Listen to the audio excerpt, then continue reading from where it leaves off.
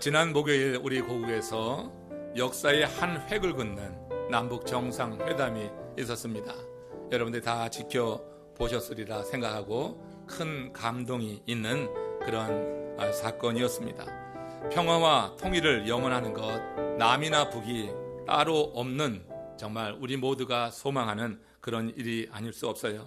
문제는 그 평화를 이루는 방식에 있어서 남북의 입장이 상당히 차이가 있었다고 하는 것, 우린 과거의 경험을 통해서 알고 있습니다. 빠르게 이번 정상회담을 통해서 이 차이가 상당히 좁혀졌기를 기대합니다. 그리고 기대합니다. 그래서 채택된 이 합의문이 단지 선언이 아니라 서로 힘써 지켜서 열매로 맺혀지기를 우리가 함께 기도해야 될 줄 압니다. 이전에는 어땠든지 이제 앞으로 되어지는 일 가운데 남북이 하나 되는 이 아름다운 일들이 정말 일어나기를 원하는 거죠. 하나님께서 정하시고 또 뜻하신다고 하면 하나님의 계획 가운데 정말 놀라운 일들이 더 크게 일어날 줄로 압니다. 말보다 중요한 것은 행하는 것입니다. 아무리 선언하고 채택하고 성명서를 낭독해도 행하지 않으면 아무 소용없는 거죠. 그래서 만마디 말보다 중요한 것이 한 번의 행함이라고 하는 거예요. 한 번의 행함이 누군가의 마음에 감동도 주고 그로 인하여서 정말 우리가 원하는 이런 평화 통일이 이루어질 수 있지 않을까 그런 생각을 해요. 많은 말이 아닌 실제적인 행동과 행함이 나타나는 그런 일들이 앞으로 이루어질 수 있도록 여러분 많은 주의 백성들이 함께 기도하면서 주의 역사를 구해야 될 줄로 믿습니다. 신앙생활이 그렇다고 하는 거예요.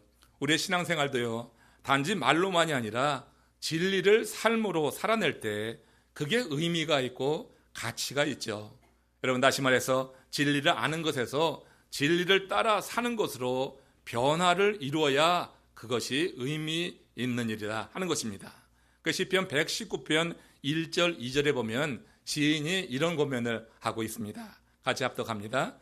행위가 온전하여 여호와의 율법을 따라 행하는 자들은 복이 있으며 여호와의 증거를 지키고 전심으로 여호와를 구하는 자는 복이 있도다. 시인이 복이 있다는 사람은 누굽니까? 여기 행위가 온전한 자가 복이 있다고 그랬어요. 행위가 온전하다. 이것은 흠이 없다든지 완전하다고 하는 우리가 알고 있는 그런 개념의 온전함이 아닙니다. 사실 세상에 그 누가 완전하다고 자신할 수 있겠어요? 누구나 다 부족한 것이 우리 가운데는 있습니다. 우린 다 허물이 많은 죄인이에요. 행위가 온전하다고 하는 것은 하나님의 뜻을 행하려고 전력을 다하는 것으로 그렇게 학자들은 해석을 하는 거예요. 우리가 완전해서가 아니라 하나님의 말씀을 받고 그 말씀의 힘으로 최선을 다해서 전력하는 것, 이것을 행위가 온전한 것으로 하나님이 봐주신다고 하는 겁니다. 그래서 이 관련해서 창세기 6장 9절에 보면은 노아에 대해서 이렇게 평을 하고 있습니다. 같이 읽어봅니다. 노아는 의인이요 당대의 완전한 자라. 그는 하나님과 동행하였더라 했어요. 여기 완전하다고 하는 것이 그는 온전한 의미를 담고 이제 하는 이야기가 돼요. 하나님은 노아가 하나님과 동행하며 전심으로 말씀을 지키고 산 것을 온전한 것으로, 여기서는 완전하다고 표현했지만 그렇게 말씀하고 있는 거예요. 여러분, 사실 노아가 얼마나 하나님의 말씀을 지키려고 힘썼습니까? 하나님의 말씀이 그에게 임한 이후에 그 말씀대로 지켜 행한다고 하는 것은 얼마나 많은 비난과 조롱과 그런 멸시가 있고 또 따돌림을 당하는 일인지 몰랐어요. 여러분, 그 시대에 정말로 비를 보지 못한 그 시대에 이제 하나님께서 물로 심판하실 것이니 방주를 만들려고 하는데 그 방주를 만드는 것도 평지에 만드는 것이 아니라 해안가에 만드는 것이 아니라 어디에 만들려고 그랬어요? 산 꼭대기에 만들려고 하는 거예요. 그러니까 그 말씀을 받고 지킨다고 하는 것이 얼마나 많은 비난과 조롱이 있었겠어요. 그러나 노아는 그 말씀을 받은 이후에 이것이 하나님이 내게 주신 말씀이요 내게 주신 사명이라고 여겨서 그 말씀을 지키기 위해서 사람들의 말이 아닌, 세상의 말이 아닌 그 말씀만 마음에 품고 전력을 다해서 지켰던 것이에요. 그런 노아의 삶을 보시고 이렇게 지금 노아를 평가한 거예요. 노아는 의인이요 당대의 완전한 자라. 그는 하나님과 동행하였다 그랬어요. 그러니까 그가 온전하고 완전하고 이렇게 의인이 될 수 있었던 이유를 말하고 있는데 하나님과 동행했다고 하는 것입니다. 하나님과 동행하였기에 평생 온전한 자로 그렇게 살 수 있었다고 하는 거예요. 하나님과 동행할 때 하나님께서 수시로 그 하나님의 신으로 그에게 말씀하시는 것입니다. 하나님의 말씀이 있다고 하는 거예요.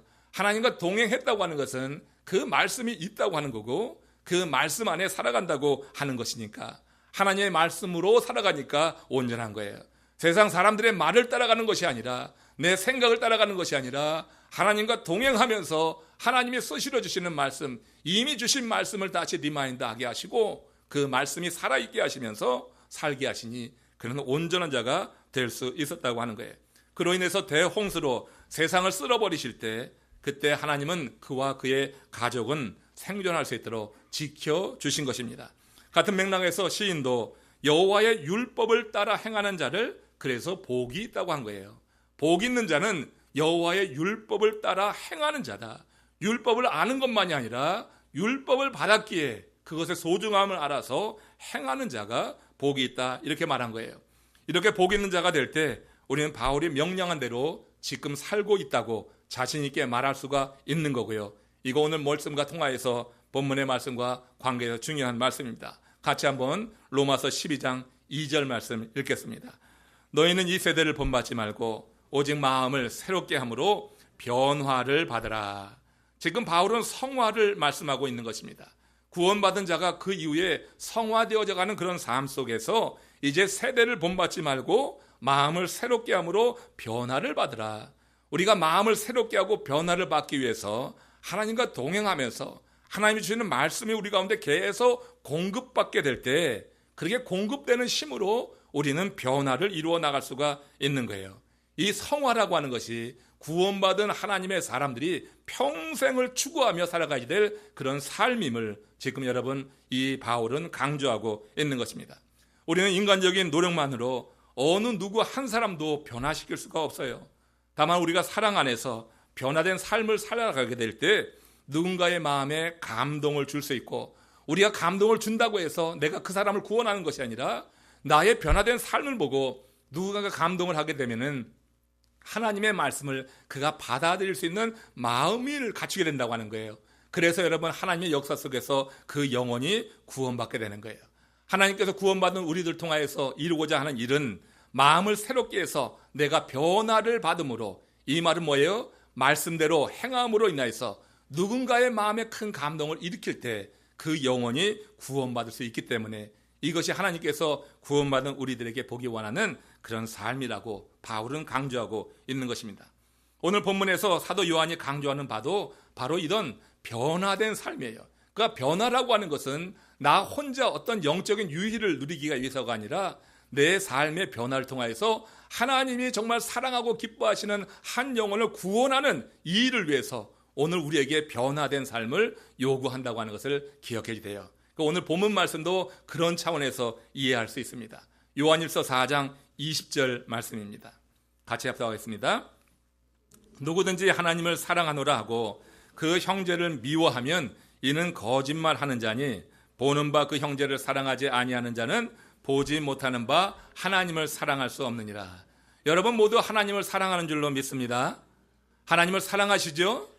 여러분 하나님을 사랑한다고 하면 보지 못하는 하나님을 사랑한다고 하면서 보이는 형제를 사랑하지 않는다고 하는 것은 내가 하나님을 사랑한다고 하는 것이 거짓말하는 것이라고 이렇게 말하고 있어요.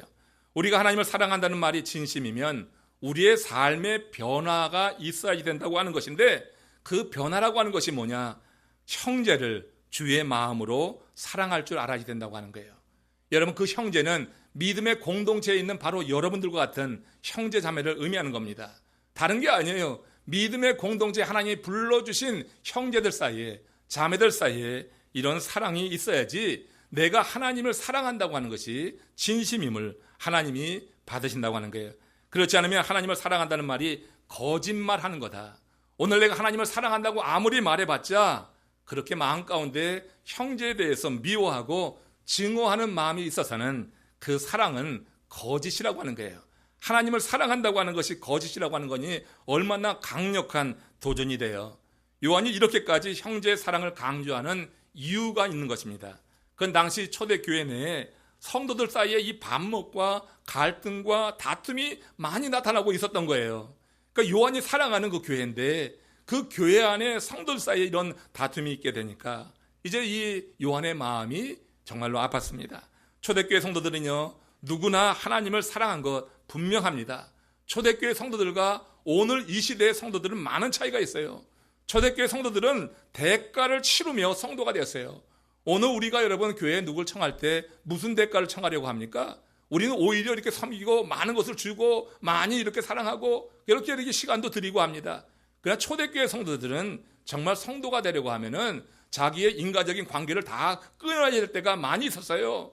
그들의 사회 환경이라고 하는 것은 우상을 섬기는 그런 환경이었기 때문에 그런 환경 속에서 빠져나와서 성도가 된다고 할 때 자기의 생계의 문제도 있었고 또 일가 친척과 혈육과 단절해야지 되는 그런 결단을 해야지 될 필요가 있었어요. 그러니까 여러분, 성도가 된다고 하는 것은 대단한 대가를 치르고 성도가 되는 것입니다. 그러나 다양한 배경을 가진 이 형제들, 그 믿음의 공동체에 들어온 사람이 유대인들만 있었던 게 아니거든요. 이방인들이 많이 있었거든요. 그러니까 여러 다양한 배경을 갖고 있는 이 형제들이 교회 안에 들어와서 믿음으로 주님을 사랑하고 예수 그리스도를 믿어서 의에 이룬다고 하고 구원의 기쁨을 갖고 있지만 그 안에 들어와서 공동체 생활을 할 때 문제가 발생하게 된 거예요. 예수를 주로 고백하는 구원의 믿음은 확실하지만 공동체 생활을 하면서 자아가 살아나기 시작하는 것입니다. 이게 여러분, 금방 예수 믿어서 금방 종말이 오면 얼마나 좋겠어요. 근데 그 종말이 우리의 생각한 대로 그게 빨리 오지 않았단 말이에요. 시간이 늘어진단 말이에요. 그러면서 그들이 다 자기 재산을 팔고 그래서 공동체 생활을 하기 위해서 함께 모여 생활을 하는데 따로 살 때는 문제가 안 됐는데 함께 사니까 문제되는 거 아니에요? 우리 자녀들이 방학 때문에 옵니다. 올 때는 얼마나 기뻐요. 며칠 지나고 나면 아이들도 빨리 갔으면 좋다는 그런 생각이 들 때가 있어요. 정말 올 때는 기쁜데 갈 때는 더 기쁘다. 그런 얘기를 하는 거예요. 그래서 여러분, 이렇게 정말로 그러나 혈육도 아니고 살아온 삶의 방식이 다른 사람들이 한 공동체에 와서 생활하니까 오죽 많은 문제가 발생하겠어요?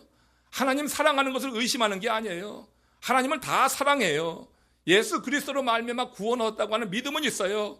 근데 사람과 사람이 모여 있다 보니까 그 안에서 문제가 발생하게 되는 거예요. 그러면서 서로 감정적으로 대립이 됩니다. 시간과 에너지를 낭비하는 영적인 소모의 시간이 점점 많아지게 되는 거예요. 이런 모습이 여러분 낯설지 않지요. 이런 모습이 지금 우리 이 시대의 신앙생활하는 우리에게도 낯설지가 않아요. 상당히 익숙합니다. 여러분, 오늘날 교회 안에도 정말 하나님을 사랑하는 사람들이 왜 없어요? 다 하나님 믿고 사랑하고 예수 그리스도로 말미암아 구원의 기쁨을 갖는다고 이야기하고 찬양도 하고 합니다. 그런데 여러분, 우리가 함께 모여 살지도 않는데 일주일에 한 번 모여서 예배하고 주간에 예배하는 그 정도인데 그런데도 사역을 하다 보면은 인간적인 감정이 드러납니다. 자기의 생각이 더 강조됩니다. 그러면서 이런저런 감정의 대립을 갖게 되고 그래서 여러분 한 번 감정적으로 틀어지게 되면 그 다음에는 하나님의 백성도 없어요. 형제도 없어요. 자매도 없어요. 그 다음에는 이렇게 틀어진 마음을 갖고 그냥 살아가는 그런 모습을 보게 돼요. 이런 모습이 낯설지 않아서 너무 부끄러워요. 상당히 익숙한 모습이 많은 교회에 나타나고 있습니다. 오늘 사도 요한이 그래서 하는 이 말이 우리의 양심을 찌르는 것입니다. 하나님을 사랑한다고? 그래. 그런데 눈에 보이지 않는 하나님을 사랑한다고 하는데 눈에 보이는 형제를 사랑하지 않아? 그러면 네가 말하는 하나님 사랑은 거짓이야. 이렇게 말하는 거니까 우리의 양심을 찌르는 것입니다. 강력하게 우리를 도전하고 있어요. 우리는 구원과 관련된 본질에 있어서는 일치를 이루어야지 돼요. 예수 그리스도만이 구원으로 이르는 길임을 믿습니다. 여기서는 여러분 우리가 일치를 딱 이루는 거예요. 그러나 그 외에 신앙생활하고 교회 생활하면서는 비본질적인 것들이 많이 있어요. 본질과 떨어진 그런 것들에 대해서는 다양성을 인정할 줄 알아야 되는 것입니다. 지상의 교회를 보면서 천국 같겠지 기대하고 나온다고 하면 누구나 다 실망하고 말 거예요. 오늘 교회에 처음 나오신 분 계십니까? 교회는 천국이 아닙니다. 교회는 스스로 죄인임을 고백하는 사람들이 천국행 열차를 기다리는 대합실과 같은 것이에요. 여기는 의인이 한 사람도 없습니다. 완전히 의인이 된 사람은 없습니다. 의롭게 여겨진 사람만 있어요. 우리가 의로운 것이 아니라 하나님이 우리를 의롭게 봐주신 거예요. 예수 그리스도로 말미암아 의롭게 봐주신 사람만 있지 절대 완전한 의인은 없어요. 이 땅의 교회는 완전하지 않습니다. 그래서 교회에 나가면은 천국을 바라볼 수 있겠지, 천국의 기쁨을 누리겠지, 그렇지 않습니다. 많은 문제가 교회 안에 분명히 있는 것입니다. 아직 성화되지 못한 이들이 다니다 보니까 가다 한 가닥 성격이 나오곤 하는 이들이 있습니다. 그래서 그런 말을 해요. 교회에 다닌다는 사람이 왜 그래? 하고 그렇게 핀잔하고 정죄하고 비난합니다. 그러나 아십니까? 그 사람 교회에 나왔으니까 그 정도지, 아니었으면 더 했을 거예요. 정말로 엄청나게 더 했을 거예요. 교회나 나오니까 그 정도죠. 이 교회 안에 있는 우리들은 성화를 이루어가는 것뿐이지 완전히 성화된 사람은 아니다. 이것을 우리가 인정하게 될 때 남의 허물과 잘못을 보면서 정죄하고 비난하고 왜 그래? 그럼 자기는 왜 그래?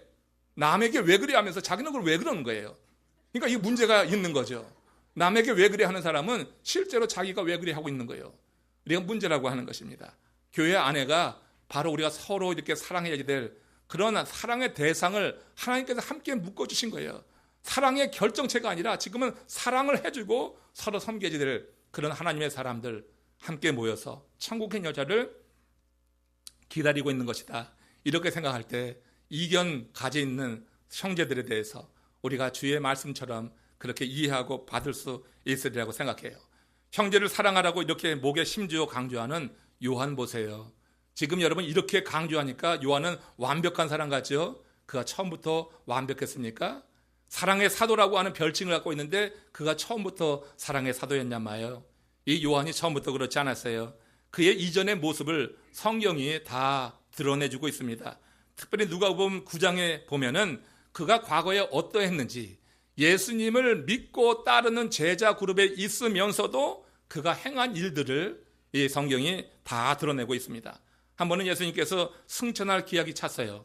이 얘기는 뭐냐면 요한이 벌써 제자가 된 지 상당한 시간이 흐른 시점이라고 하는 거예요. 그때 제자들을 데리고 예루살렘으로 올라가시고 있었습니다.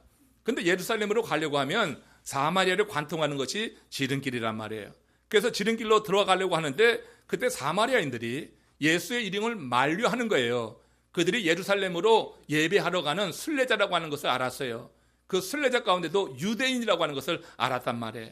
그래서 그 당시에 이 사마리아인들이 유대인에 대해서 민족적, 종교적 반감이 상당히 극에 달하고 있었는데 그런 이유로 인해서 예수 일행이 사마리아를 관통해서 예루살렘으로 가는 것을 만류했어요. 거절했어요. 들어오지 못하게 했어요. 그러니까 전후 사정이 어땠든지 간에 이 사마리아인들이 예수 일행을 이렇게 거부하니까 그 예수의 제자 가운데 이 사도 요한이 나서서 뭐라고 했냐면 이런 말을 하는 겁니다. 누가복음 9장 54절 말씀입니다. 같이 읽어봅시다. 주여, 우리가 불을 명하여 하늘로 쫓아내려 저희를 멸하라 하시기를 원하시나이까? 이게 얼마나 과격한 말인지 몰라요. 하늘에서 날벼락을 내려서 저들을 태워 죽이기 원하십니까? 이런 얘기예요. 자신들을 거부했다고 해서 지금 여러분 사마리아인들에 대해서 이렇게 과격한 말을 했어요. 이렇게 처음에 요한의 성품은 매우 즉흥적이고 과격했습니다. 주님은 그를 제자로 부르실 때부터 그의 성품을 아셨어요. 그래서 요한을 처음 봤을 때 주께서 뭐라고 하셨냐면 보아너게다. 너는 보아너게다. 이게 뭐냐면 너는 우레의 아들이다. 과격한 성격을 갖고 있다. 그것을 예수님께서 아셨지만 그를 부르셔서 제자로 삼으셔서 이렇게 시간이 흘렀는데 여전히 완전히 변하지 못한 그러한 과격한 성격을 보이고 있는 것이에요. 또 이 요한이 얼마나 편협하고 이기적인지 보여지는 다른 예도 하나 있어요.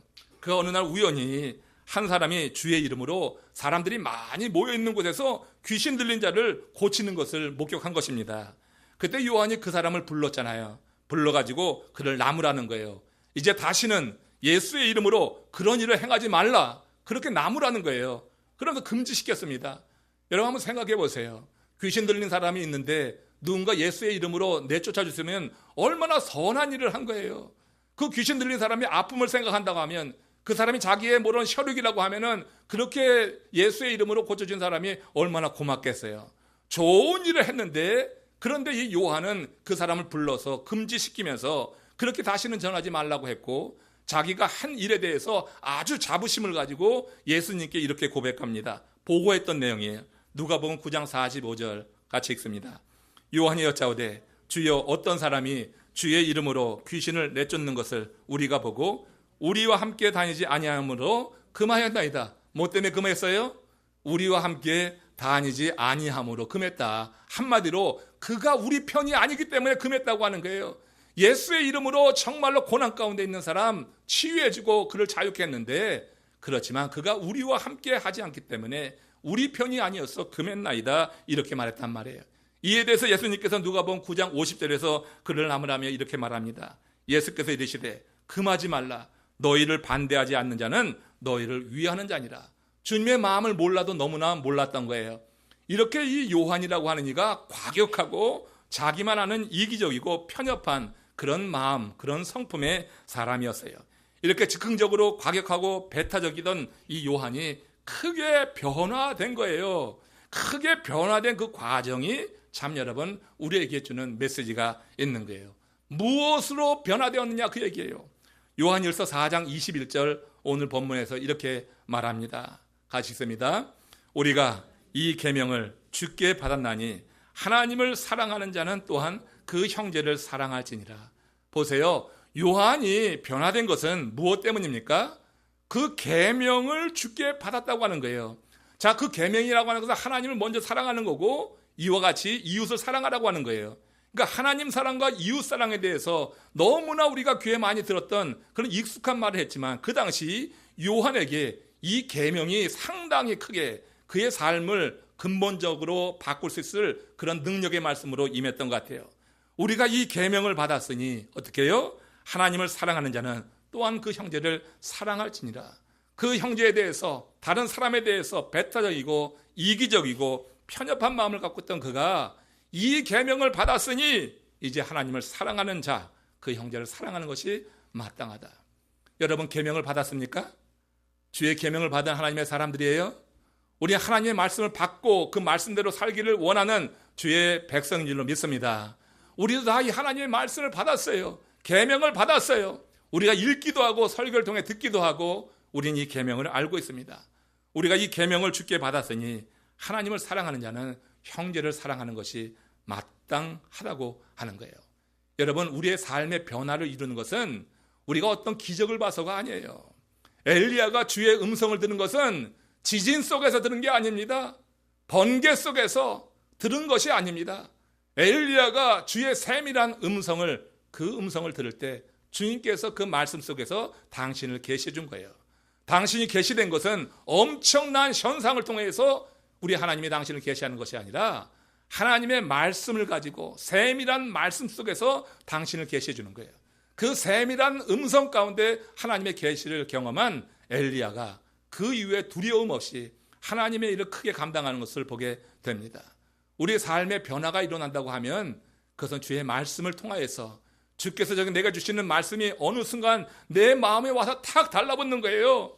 하나님의 말씀이 어느 때는 그냥 귀로 흘러나가지만, 그럼 어느 때는 그 말씀이 내 심령에 변화를 줄 만큼 내 심령에 와서 박힐 때가 있어요. 그 말씀이 내 삶을 변화시킨 줄로 믿습니다. 요한은요, 그 계명이 그 마음에 와서 박혔던 거예요. 이 계명을 받았으니 하나님을 사랑하는 자는 그 형제를 사랑하는 것이 마땅하다. 하나님의 말씀이 우리의 삶에 변화를 이루어낼 수 있어서 요한은 요한 1, 2, 3서와 요한복음에서 이 사랑에 대해서 제일 많이 강조한 그런 사도가 됩니다. 하나님의 무궁한 사랑, 예수의 희생적인 사랑, 형제의 친밀한 사랑을 요한 1, 2, 3서 또 요한복음, 요한계시록 제일 많은 책을 쓴 그런 저자 가운데 하나가 되었어요.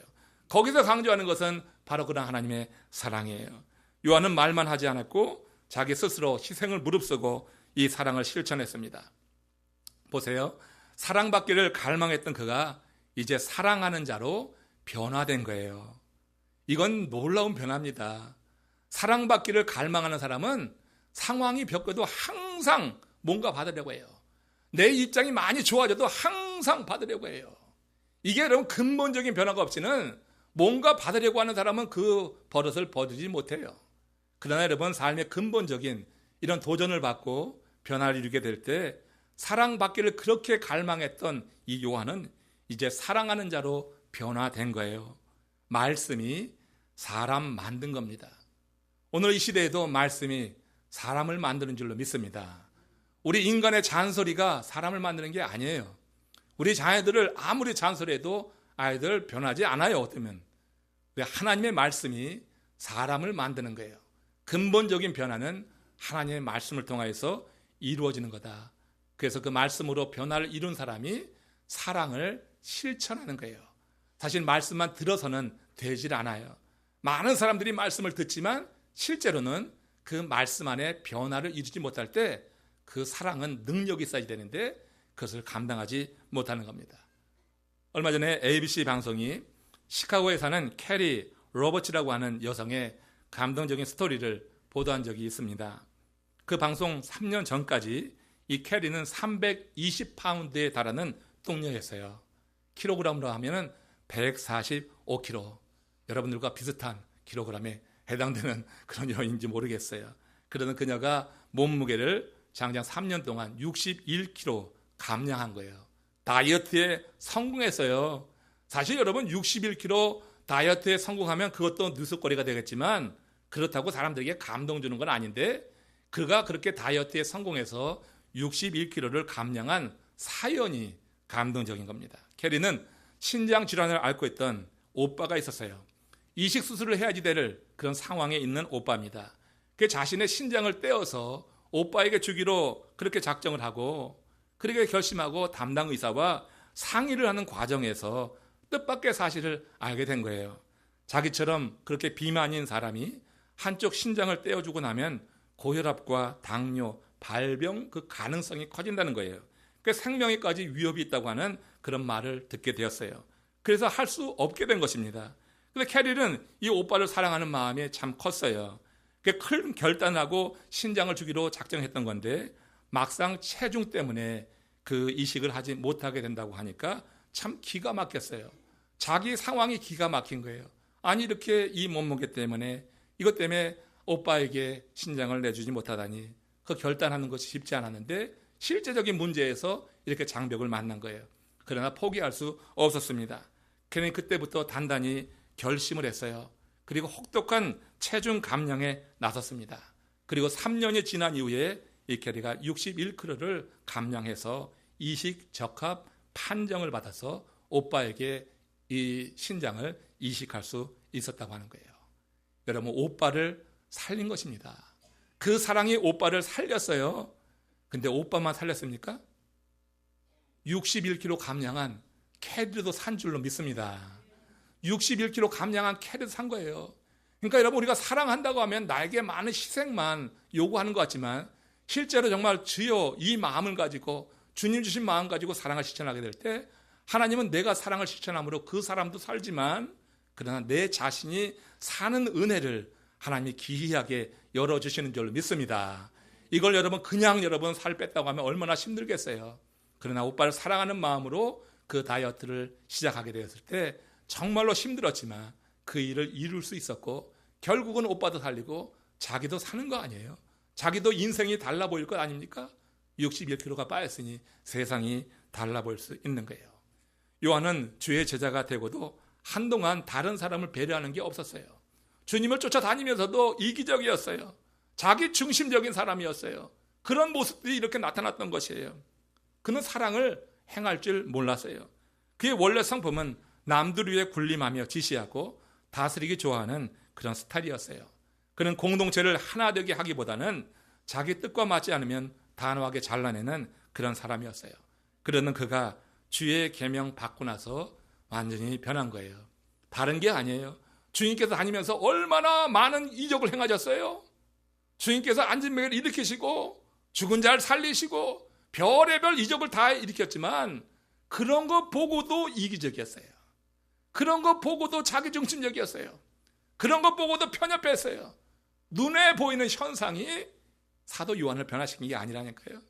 주님께서 주신 계명, 말씀이 어느 순간 그의 마음에 박히고 그 말씀이 믿어지는 거예요. 그래서 여러분 늘 말씀드리는 거예요.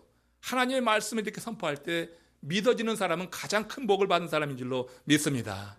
당장 여러분 물질이 내 눈에 보이지 않아도 하나님의 말씀을 예배를 통해서 들으면서 믿어지는 은혜가 임한 사람이 가장 큰 복을 받은 거예요. 요한은 나타난 현상이 아니라 주께서 주신 말씀을 마음에 품고 그리고 그것을 정말로 실행하는 그런 사람이다. 말씀을 말로만이 아니라 삶으로 살아내어서 그 공동체를 예수님이 떠난 이후에 그 초대교회 공동체를 이 사랑으로 묶기를 원했던, 그래서 실제로 그렇게 살아갔던 사람이라 하는 것을 우리는 알게 돼요. 지난 17일 조지 W. 부시 전 대통령의 어머니 바브라 부시 여사가 91세를 일기로 별세했습니다. 22일에 장례식이 있었죠. 전직 대통령 내외가 참석했고 현직 트럼프 대통령의 퍼스트 레이디 멜라니도 함께했습니다. 그런데 그 장례식을 마친 후 찍은 한 장의 사진이 참 감동적이에요.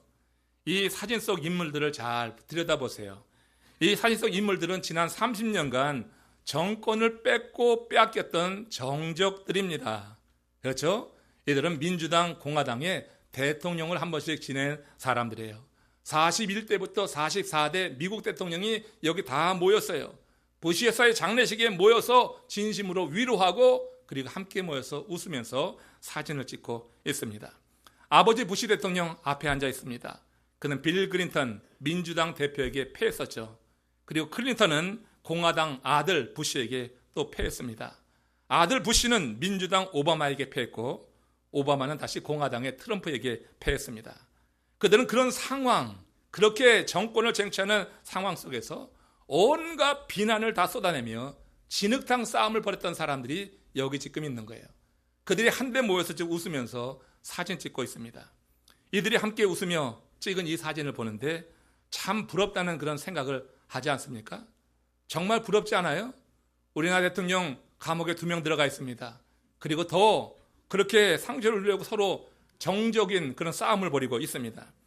이 사진이 혹 연출된 것이라 해도 저는 의미가 있다고 생각해요.